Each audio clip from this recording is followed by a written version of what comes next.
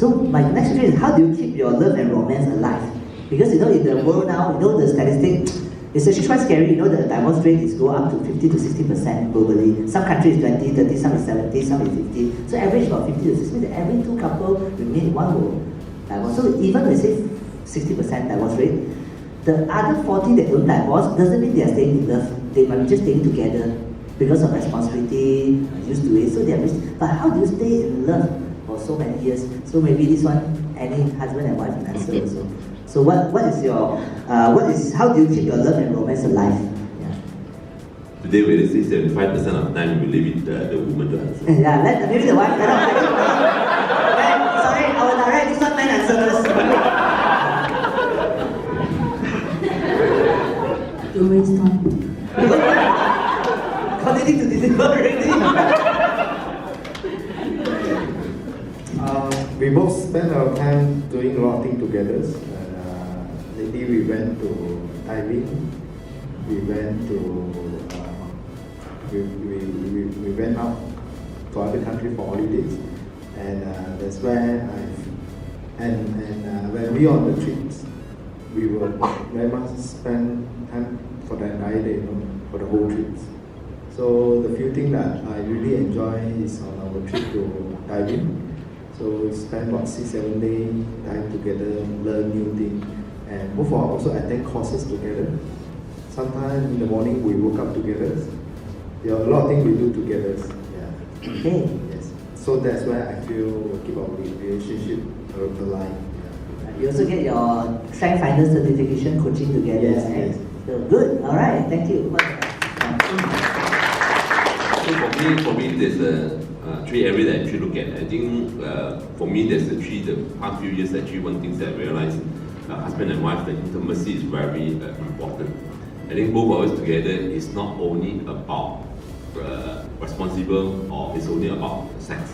I think actually it's much more than that. It's actually about the intimacy means that we can really share and the burdens, everything together that actually is a soulmate. It's not only about physical need only, and it's not only about responsible about the children. So if we can actually shoulder each other as a soulmate, I think that actually is one of these most important thing that we can actually keep this romance. I think that's the first thing that I realized. And second thing actually is about the appreciation each other, that how much that we both have been both for the family and both for the relationship. That because I think we always tend to be forget for the both sides how much time actually we have been really spent with each other and how much effort that we're putting in. So I think the appreciation has become crucial. So when you actually start appreciate instead of looking at all the negative things, then you actually start. I think that's how we keep the romance. And the last thing I can say, all the relationship is need time and you need to invest on it. I think that's actually both commitment. We need to continue to invest time. Like I should say, do things together. And in our joint time, it's one of the things that actually we must have a dating time together, no matter how busy we are. I think that is actually that we need to continue to invest time in the relationship. Everything that we do, you need to invest, and actually it's a big commitment. If your work is more important than dating, then sometimes very dangerous as well, because you will always keep pushing because you have so much priority. Then there is the three things that I realized that the three things: intimacy, the appreciation, and invest time. Alright, good. Let's give a round of applause. Okay, so for me, I think very much echo on what they say, because actually a lot of things we share similar values. Because past years we have been sharing, so a lot of things is very similar. So I think for me, the first one is really the time that we have a dating time. I think there is every week is a weekly, because not like once year once and only Valentine's. So we say we want to have a weekly dating. So every Wednesday is our dating day. Sometimes we cannot make it Thursday, but default should have a day that we protect it. Or meetings, sorry, today I cannot meet. I will have a dating time. 6 o'clock and 10 to 10 o'clock. And even my mom always says, what dating, marriage, so many dating for what? So I said, this is really, because a lot of people when they get married, if you see the life view, home and family and then love and romance. So a lot of men will ask me, after married, home and family, become home and family already, what? I say, that is the problem starts, because you still need to enjoy the love and romance even when you are home and family. You need to separate it. So number one for me is time. I think number two is graceful, being graceful. I think I say in my grateful journal, I write, I'm grateful for my wife. I even read what I write. I can read it to you. But I write it when I'm very emotional, means that I really feel. You cannot be grateful and not be emotional. That is not real. That is grateful. A lot of people turn grateful journal into a grateful journal. Grateful means that, oh, the law of attraction, the more I'm grateful, the more I get. So actually the intention is not right, it's to be greedy rather than grateful. So that's why I say, make sure it's a grateful journal, not a grateful journal. I want to be grateful so I have more. Not really, you need to feel that you are content is enough. So let's say I got a lot, one of them, my wife one, I will read every day that I say I'm grateful for, wait, this is my daughter. Then my wife lost already one. Okay, here, second one, not lost already, it's very high. First one is gone, second is live already. It's gone. Okay, so second, I write here, I'm grateful for Connie, my wife, my best friend, my life partner, my soulmate, the love of my life. I'm grateful for her in my life, her smile, her character, her beauty, her support, her trust, her love for me, and her love and patience to nurture our baby. I'm grateful for God given 4G woman. 4G are the fastest speed now. Next time it's 5G and 4G means godly, graceful, gorgeous, and grateful. And so anyway, so I also write here a statement that her sacrifice to come to Malaysia. I remember once she was sleeping and say, Mama, in her dream, I know she misses home. So, so anyway, God music comes. So anyway, so I really felt that so grateful for her in my life. So, but you see, this one is when I'm very grateful. But do you think we have argument? Yes. No, this one chap lah. Okay, so I still remember when one day I was arguing with her. After arguing, then we sleep. We still in anger, angry. I'm still angry. I'm not happy. But then, okay lah, because we set the rules that before we sleep we must settle everything. Okay, we settle, but inside I still not happy lah. But the next day I wake up, because it's my practice, I'll read my grateful journal.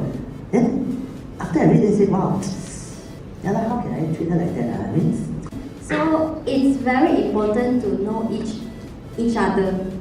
So I know his love language and also know his strength. So this is how I know his love language.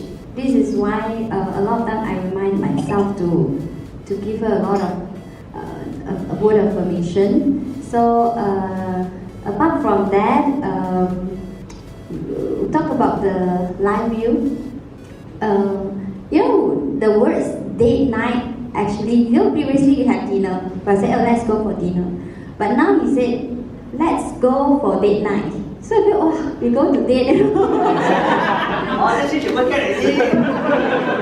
Actually, women can be very simple. We are very simple. So he said, okay, so we are going for date. So I expect something like when during dinner we expect that we have talk, like maybe share feelings, share happiness already. So one of the things that I put down in my life view is pray for him. So this is very important thing because guys don't share their problems, they don't share their things. So this is come to me when he shared he said, okay, you pray this for me, then I know this is the things that he's concerned now. So for me, it's very relevant in life and moments. For me, how to keep it alive is just, we do argue sometimes, I think it's just know our love language and being understanding and sometimes compromise. Yeah, this is thank you, very good. To me, I'm quite different with them, so they can work-life balance. But me, concentrate more, I think 80 to 90% past years in family, my two daughters.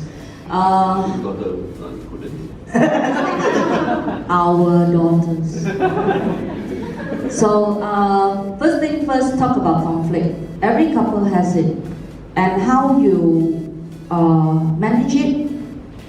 Step one, maybe one of the partner should be the EQ very high that can really take it. But my experience is that don't take it overnight.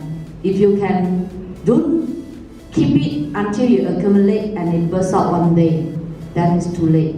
And when too late, the time when you are in anger, don't ever put in harsh words. And this is really hurt the feelings and relationship.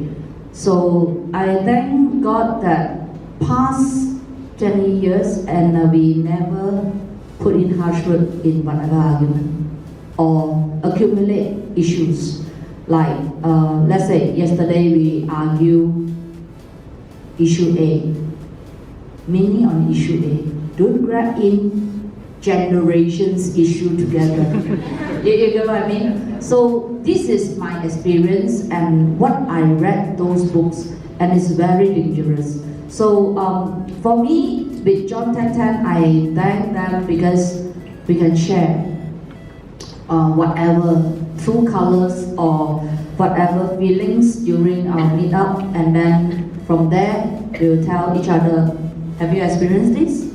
What is your solution? So we can take it as some advice and modify it and apply to our family.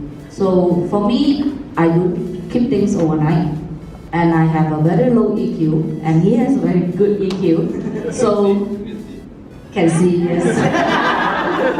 So from there, I will just voice out whatever I don't feel. Let's say he was so busy for the past 2 years, everyone knows, and I say this is a home. I don't want to be a house. A house means a lot of people. A house means the space is there, no laughter, no noise. A home means even though it's small, a cheerful laughter, communication is there. So house and home to me, that's the difference. So when I told him and he got it, and immediately he worked the way out to work-life balance, which is not easy. But again, we try to use the love language that can work it out on him to communicate more efficient than you simply use a method. Because if you give gift to him, he will just chuck it away. But if you give him affirmation and quality time, die, he will say yes to you.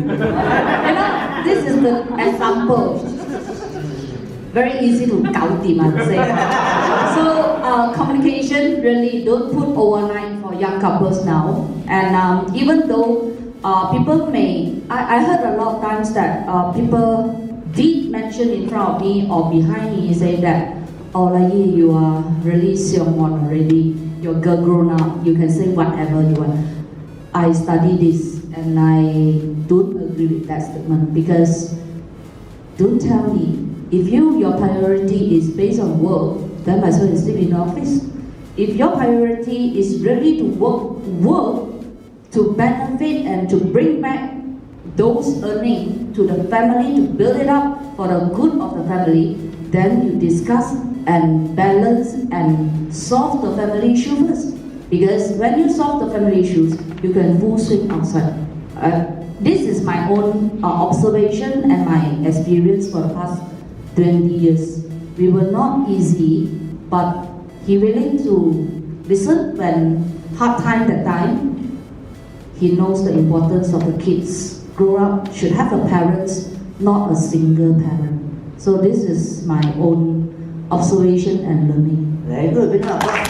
This is kind of parenting class already. The parenting class. Very, very good. Yeah, I think before finishing, I think I also want to echo is like a lot of us when we start the business, let's say entrepreneur, even if you work hard, you are employees, our intention is to provide for family. It can be your dad and mom and then slowly your loved one. But along the way we forgot the intention. And we just say, I'm sorry, I don't have for my family because I want to work, I want to provide for family. But when the day you make it and you look back, hey, the relationship has died down or cooled down, and say, hey, I thought that is, sorry, I think I'm facing this group of audience. You sit back a bit. Sorry, I'm facing my back. But my back also quite nice for the words. So anyway, yeah, so sometimes we forget our intention, why we are doing what we do. So thank you for that. Okay, Colin, just like. Okay, I think Joescher actually has shared what I wanted to say, but just to add on to that, I think for us, how do we keep the romance or alive, or how do we keep each other being in love? I think for me, it's number one, it's commitment.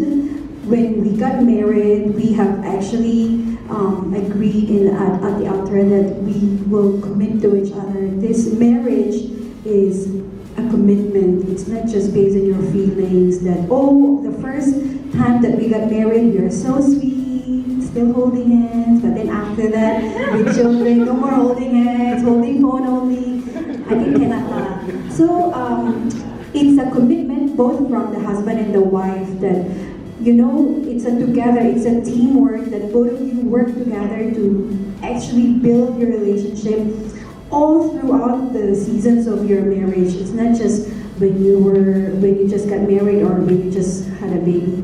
So that's why we have the commitment of keeping our date every week, and also like at least once a year we will travel as a couple without children to really talk about life, to really check on each other. And then secondly is communication. I think it's because in relationship, especially in marriage, we have to keep on improving in our communication. Communication is so important in career, even in studies, but at the same time, it plays a very big role in marriage, because communication can be as simple as, at the end of the day, we will just ask each other, how are you feeling today?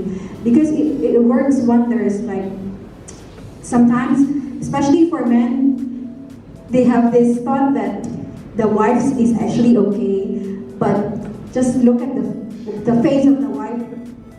Of course, it's not okay, right? So, but they cannot tell because the wife is not talking. So that's why there are unmet expectations. So we believe that communication, we have to keep improving on that area.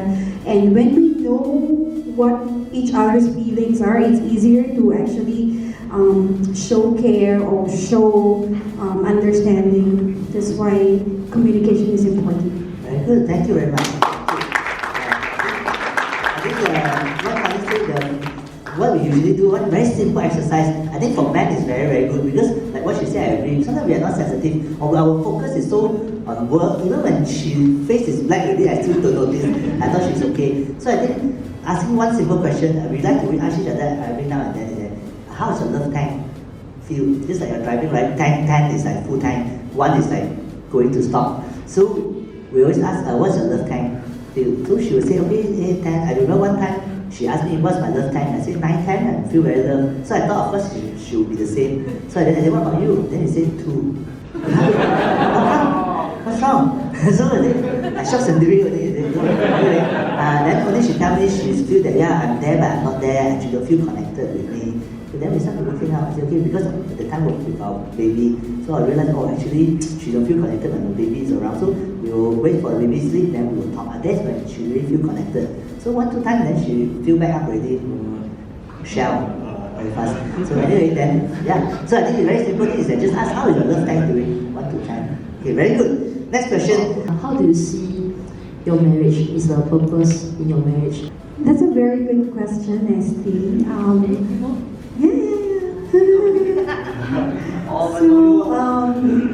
For me, one of the main purposes of marriage is actually building each other to become a better person, husband, father, or it could be son also to his parents. I think because marriage, again, like what I have mentioned in the beginning, it's a commitment. It's also a teamwork. It's a team thing. So it's not just by yourself. It's not just your own self going through the journey, but it's both of you together. So how can you actually help each other to become a better individual in 10 areas of your life? For me, that's how marriage plays a very important role. To me, marriage, I think there's 3 stages. for what I experienced. First, when you are lover, then you honeymoon, romantic, everything. This is, we call it in spring marriage, means, you know, flowers, blossom and all that. So you will never think of the consequences that after together. Even 1 year later, you will have your honeymoon half gone, your love tank, what do we call, you don't know how to feel it. You do. Many of them, they don't know they need to feel the love tank. They need to feel that. So come to when they have children and all that, then second stage of life is, I would think marriage is a soul mate. We'll take each other accountability and also to share the thoughts, communicate, and all the challenges.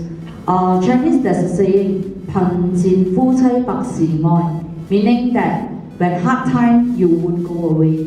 You will work together. When happy time, you will enjoy and cherish together. And the third one, I would think, and I think my local also agree, is a life partner. Life partner meaning when our children grown up and they have their own family, we can partly involved in their family lifestyle during weekends or holiday. But at the end of the day, two of us are the one that holding hands until the last breath. Yes. Wow. For me, the Bible said, the woman is come from the ribs, right? So it's very romantic, right? So for me, marriage is a lot of time you think that before my marriage, I think love is enough and can hold anything. Like you can even you face anything with love, or you can overcome anything. A lot of times after marriage, you realize that it's not only love that you can hold that. It's more on a commitment and also the mutual, like husband and wife understanding, and also keeping the love thankful. It's really important as well. That's why if you say for us at least 7 years is not that long yet. We have still long way to go, but we learn from the moment in marriage. Yeah, we're still learning. Good.